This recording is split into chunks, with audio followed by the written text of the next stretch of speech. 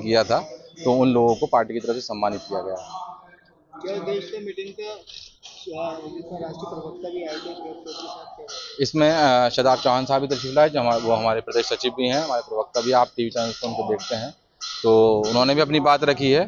और उनका सबका और हमारे जो मेहताब चौहान साहब का, सबने यही संदेश दिया है कि पार्टी का एक एक कार्यकर्ता जो है वो मिलजुल कर, सारे इख्तलाफ को भूल कर, सारी सीटों पर जो जिला पंचायत का चुनाव होने वाला है, प्रधानी चुनाव होगा, उन सब में हम बहुत मजबूती के साथ मुरादाबाद में लड़ेंगे चुनाव इंशाल्लाह।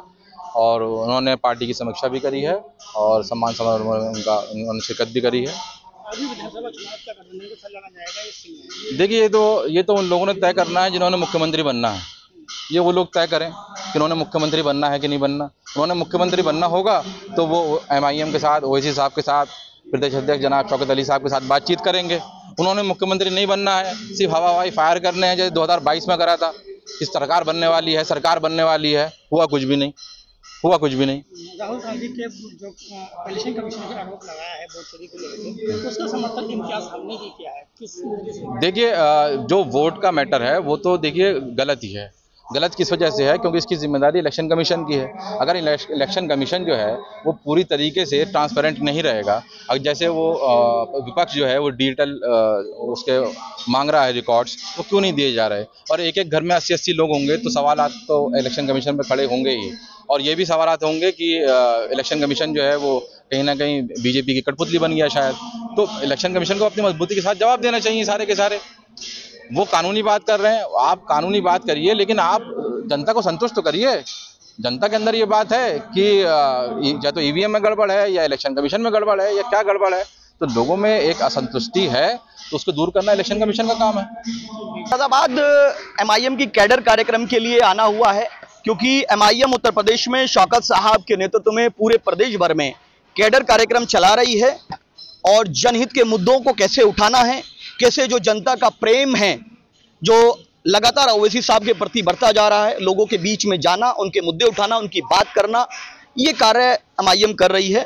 उसी कड़ी में मुरादाबाद में हम लोग आए हैं और पूरे उत्तर प्रदेश में इस प्रकार के कार्यक्रम चल रहे हैं। कल भी हमारा लखनऊ में एक बड़ा कार्यक्रम गांधी भवन में आयोजित है और MIM ही एक विकल्प के तौर पर सामने है, क्योंकि अखिलेश यादव जी और मायावती जी, कांग्रेस, इन सबसे जनता का विश्वास उठ चुका है। ये लोग भाजपा को हराने में नाकाम हैं, ये जनता के मुद्दे उठाने में भी नाकाम हैं।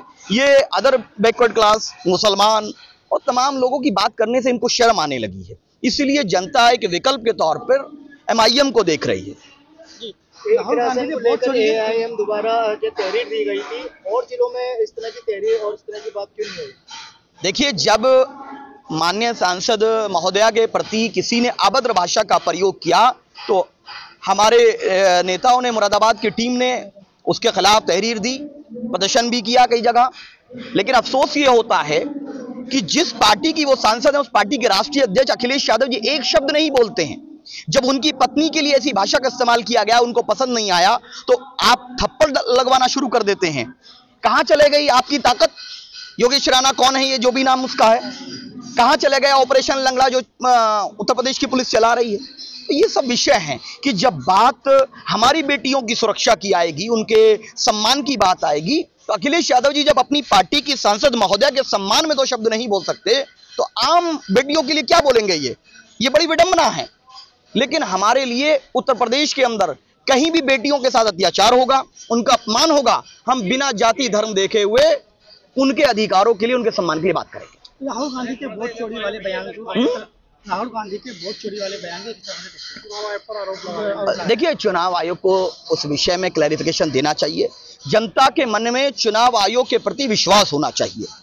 अगर कहीं अविश्वास की भावना उत्पन्न होती है, कहीं कोई गड़बड़ी होती है, SIR को लेकर के बैरिस्टर ओवैसी साहब ने खुद मुख्य चुनाव आयोग साहब से मुलाकात की थी। जो हमारे कंसर्न थे कि SIR में ये प्रक्रिया होनी चाहिए, वो सब हमने रखा था उनके समक्ष।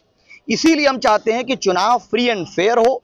अगर कहीं अविश्वास की भावना उत्पन्न होती है तो बिल्कुल उसको समाप्त करना चाहिए और तमाम जो अपोजिशन पार्टीज हैं उनको विश्वास में लेके कार्य होना चाहिए। चुनाव आयोग पे जो राहुल गांधी ने जो सवाल उठाए थे, उनके समर्थन में अब इम्तियाज साहब भी समर्थन में आ चुके हैं, उनके बयान का समर्थन किया है, क्या कहना चाहिए? नहीं, मैं वही कहा कि अगर इस प्रकार की गड़बड़ी का कोई भी, चाहे हमारे सांसद, हमारे नेता इम्तियाज जलील साहब ने कहा हो या किसी दूसरे दल के नेता ने कहा हो कि जब जनप्रतिनिधि या जनता को चुनाव आयोग की किसी प्रक्रिया पर अविश्वास उत्पन्न हो तो चुनाव आयोग को उसको क्लैरिफाई करना चाहिए, स्पष्टीकरण देना चाहिए, तथ्य देने चाहिए जिससे कि विश्वास उत्पन्न होता है। क्योंकि चुनाव आयोग से सबको ये उम्मीद रहती है कि फ्री एंड फेयर चुनाव हो। यही हमारी लोकतंत्र की खूबसूरती है। लोकतंत्र की रक्षा के लिए बेहद अनिवार्य है। समाजवादी पार्टी पीडीए पाठशाला चला रही है, स्कूल में क्या करेंगे? मैंने अभी कहा कि पीडीए का मतलब परिवार डेवलपमेंट एजेंसी है, और जो परिवार डेवलपमेंट एजेंसी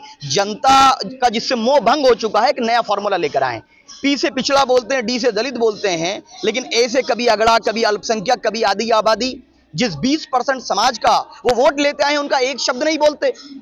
आप यादव भाइयों पे अगर अत्याचार होता है कथा के नाम पर तो आप आंदोलन की बात करते हैं। पिछले 8 साल से लगातार मॉब लिंचिंग के नाम पर, लव जिहाद के नाम पर और तरह तरह की चीजों को लेकर हमारी इबादत गांव को टारगेट किया गया। आपने कभी आंदोलन की बात नहीं की, तो बड़ी विडंबना है।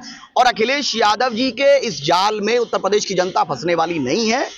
अगर उनको वाकई इतना पीडीए प्रेम है, अगर वाकई में वो अल्पसंख्यकों मुसलमानों की चिंता करते हैं, तो क्यों नहीं डिप्टी सीएम का चेहरा घोषित कर देते हैं किसी मुसलमान को? नहीं करेंगे वो।